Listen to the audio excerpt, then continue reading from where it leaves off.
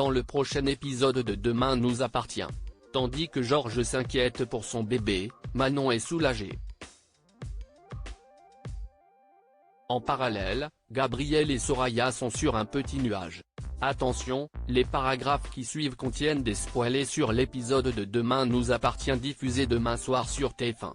Si vous ne voulez rien savoir, ne lisez pas ce qui suit. Mardi 19 septembre dans Demain nous appartient. Georges s'inquiète pour son bébé au commissariat. Georges et Sarah prennent la déposition de Soisic. Après leur avoir raconté dans les moindres détails l'enfer qu'elle a vécu ces derniers jours, le docteur Vernet prévient Georges que Vanessa parlait tout le temps de lui et qu'elle fera tout pour le récupérer. À la sortie du commissariat, Georges rattrape Soisic. Inquiet pour le bébé, il aimerait savoir si les saignements de Vanessa sont graves. Malheureusement, la gynécologue ne le sait pas puisqu'elle n'a pas pu l'ausculter. Georges réalise alors difficilement que Vanessa pourrait perdre le bébé. De retour au bureau, il s'attire les foudres d'Aurore. Il faut dire que la capitaine Jacob n'a pas vraiment apprécié que son collègue ait suivi les instructions de Vanessa à la lettre. En colère, la policière, qui croit qu'il cherche à les empêcher d'arrêter la meurtrière, lui reproche de mettre des vies en danger. Après avoir reconnu qu'il avait fait n'importe quoi, Georges confie que cette histoire de bébé le perturbe. Lorsqu'elle menace de le sortir de l'enquête, il la supplie de ne pas le faire. De son côté, Vanessa a toujours des contractions. Après avoir pris des médicaments, la jeune femme réunit ses affaires puis quitte sa chambre d'hôtel. Non loin de là, Soisic remercie Charlie, François et Adam de l'accueillir. En effet, le docteur Vernet ne s'imaginait pas du tout rentrer chez elle et dormir seule. François lui dit donc qu'elle peut rester autant qu'elle le souhaite car elle est ici chez elle. Des mots qui n'ont pas l'air de plaire à Charlie qui décide d'aller préparer le déjeuner. Tandis que Soisic cherche à savoir si cela ne la contrarie pas trop qu'elle soit là, le professeur de français assure que Charlie comprend très bien la situation et qu'elle sait faire la part des choses. Pendant ce temps, Simon rentre chez lui et tombe nez à nez avec Vanessa. Pointant une arme sur lui, elle lui demande de l'héberger en attendant de pouvoir quitter la ville avec Georges et leur bébé. En fin de journée, Georges réunit Victoire et Mona au Spoon pour leur apprendre que Vanessa est enceinte de lui. Un coup dur pour Mona et Victoire qui peinent à y croire. Comme il s'inquiète pour l'avenir de son bébé, Victoire s'emporte et lui rappelle ce que Vanessa leur a fait. Même s'il ne l'oubliera jamais, Georges leur fait toutefois comprendre que ce bébé n'y est pour rien dans cette histoire.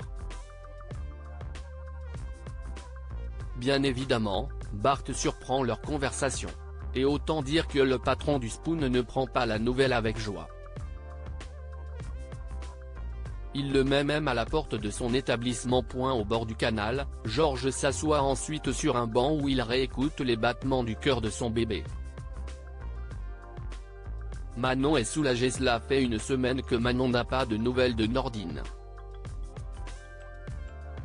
Certaine qu'il ne reviendra pas, la jeune femme a rassemblé ses affaires. Elle se rend alors au commissariat où elle demande à Roxane de remettre à Nordine le sac contenant ses effets personnels. Quand cette dernière l'enjoint à l'attendre car il ne devrait pas tarder à arriver, la fille d'Oni répond que tout est terminé entre eux. Si elle trouve cela dommage, Roxane comprend désormais pourquoi son collègue a le poids du monde sur ses épaules depuis quelques jours. Plus tard, Roxane remet le sac à Nordine. Comme Manon a laissé de la lingerie dans les affaires du policier, elle pense qu'elle l'a fait exprès pour qu'il la recontacte. Seulement, Nordine n'a pas l'intention de le faire. Non, loin de là, Manon se confie à Dorian lorsqu'elle reçoit une photo de sa lingerie accompagnée d'un message sur lequel on peut lire « Je l'ai essayé, il est trop petit. Du coup, je suis presque sûr qu'il est à toi ». En voyant que ce message bourré d'humour, Manon réalise que l'homme qu'elle aime n'est pas fâché. De quoi la soulager. Gabriel et Soraya sont sur un petit nuage et Gabriel et Soraya ont passé la nuit à l'hôtel et se réveillent dans les bras l'un de l'autre plus amoureux que jamais. Heureuse, Soraya va jusqu'à ignorer les messages de sa petite sœur pour passer plus de temps avec Gabriel. En arrivant au cabinet, ce dernier explique à Raphaël qu'il ne souhaite plus démissionner. Si elle est contente de l'entendre, l'avocate lui fait en revanche comprendre que ce serait bien qu'il ne lui fasse plus le coup de la démission à chaque fois qu'il s'embrouille avec Soraya. De son côté, Soraya se confie à Victoire sur sa nuit torride avec Gabriel. Bien qu'elle soit heureuse, la jeune femme ne peut s'empêcher de culpabiliser par rapport à sa petite sœur.